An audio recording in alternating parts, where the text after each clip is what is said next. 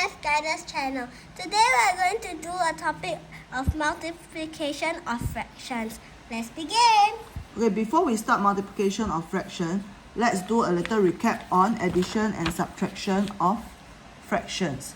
Now, if you recall in my previous video, we talked about addition and subtraction. The first step that we need to make sure is we have to check the Denominator. And the denominator must be the Same. After we check and we make sure denominator is the same, we copy down the denominator and we perform the addition or subtraction to the numerator. But for multiplication, it is not necessary. Okay, I repeat, it is not necessary to make the denominator the same. Now, what do we do? Now, for beginners, you can start off with, because it's a multiplication, this is a fraction with the denominator and the numerator, denominator and the numerator. So normally what I will advise students to do is you just copy down the numerator, put them together. It's a multiplication, just put a times, and the denominator, just make them together. So you will only see something like one fraction over another fraction instead of so many things that is flying around. Okay, now we will use a method called the cancelling method, meaning to say we'll divide the numerator by a number which is the same as the denominator. Now, we can see that there's a number 1 here. So number 1, we can just remain as it is because number 1 can only divide by number 1 and give a 1. Okay? So number 5, we can divide either by 5 or 1. So when we divide by 5, we have a number 1. So when we see this, okay, divide by 5. Can 6 divide by 5? No. No, because I can only have 1 times 6 equals to 6. I can't have any whole number times 5 equals to 6. Okay? I can't have a whole number times 5 equals 6. Now what about 9? 9? 1 times 9 equals 9. 3 times 3 equals to 9. So again, I do not have a number that multiply by 5 that gives me a 9. So in this case, there's nothing to cancel. I proceed to the next step. 1 times 5 gives me 5. 6 times 9 gives me 54. And this will be my final answer. Now let's take a look at the example 2. Same thing, you have a numerator and a denominator. It's a multiplication. I just copy down and make them as though it's one big fraction with one numerator and one denominator. Next, we know this number 2, we can divide by 2. Can we find any numbers here that can divide by 2? Can 5 divide by 2 and get a whole number? No. No. Can 8 divide by 2 and get a whole number? Yes. Yes. So what is it? 4. 4. Because 2 times 4 equals to 8. So 8 divided by 2 gives me 4. So I cancel this, I put a 4. Cancel this, I put a 1. Because 2 times 1 gives me 2. So 2 divided by 2 gives me 1. Next, 7. 7 can divide by 7 and gives me 1. But what about 5? Can 5 divide by 7 give me 1? No. Or give me any whole number? No. Can 4 divide by 7 and give me a whole number? Definitely not. Why? Because 7 is already bigger than 5 and already bigger than 4. So there's nothing else for me to cancel. So 1 times 7, I will have 7 out of 5 times 4. 5 times 4 gives me 20. And this will be my final answer. Now next, question 3. Same thing. First step, when we see multiplication, we see 2 fractions. What do? We copy down.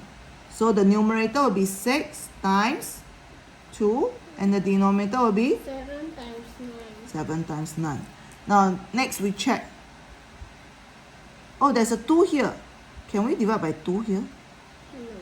At one look, we know we can't because this is an odd number, this is an odd number. So it's impossible to divide by 2. Next, this is a 6. So 1 times 6 equals to 6. 2 times 3 equals 6. But I know cannot be divided by 2. Just now we already tried. So can we divide by 3? Can we divide anything by 3? Can 7 divide by 3? No. Can 9 divide by 3? Yeah. Yes. 9 divided by 3 gives us 3 because 3 times 3 is 9. So 9 divided by 3 gives us 3. 6 3 times 2 gives us 6. So 6 divided by 3 gives us 2. Okay? So 2 times 2 over 7 times 3. Then over here we check again. This is 2. I can only divide by 2. I can only divide by 2. But there's nothing here that I can divide by 2. Then we will just proceed. 2 times 2 gives me 4.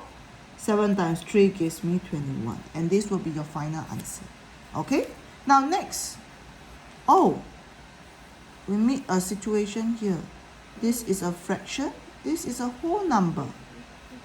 So if you go and press the calculator, a whole number, 18, we can write it as 18 out of 1.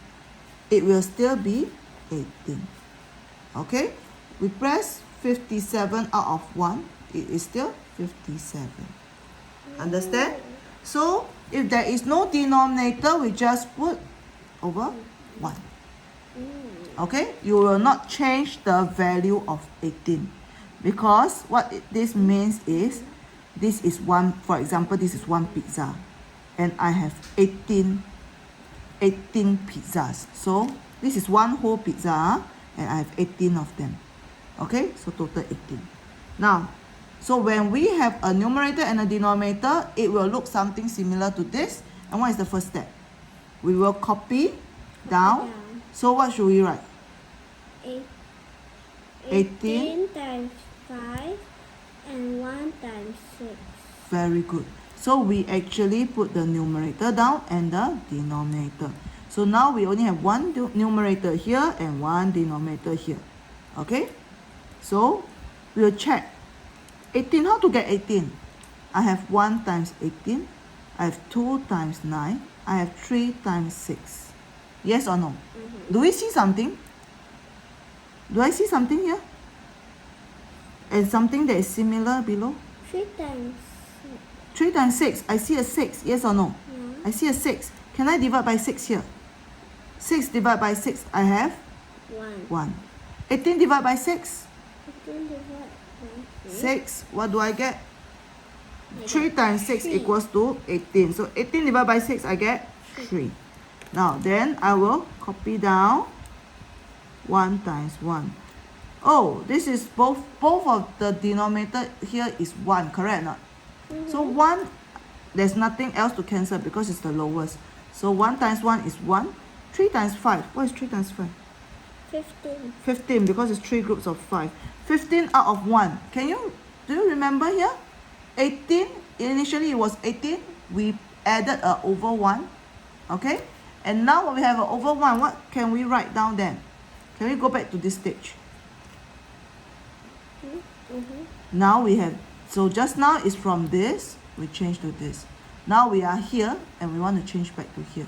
So 15 out of 1, what can we write here? I don't know. Okay, when we have 18, we need a denominator, we put 18 out of 1, correct? If we have 20, we put 20 out of 1. Now I have 15 out of 1. Can I have a whole number? Yes. What is it? 15. 15. Okay, so we can convert this to a fraction that is over 1. From a fraction that is out of 1, we can put back the whole number. Okay, so this is your answer. And that's all for today. Thank you.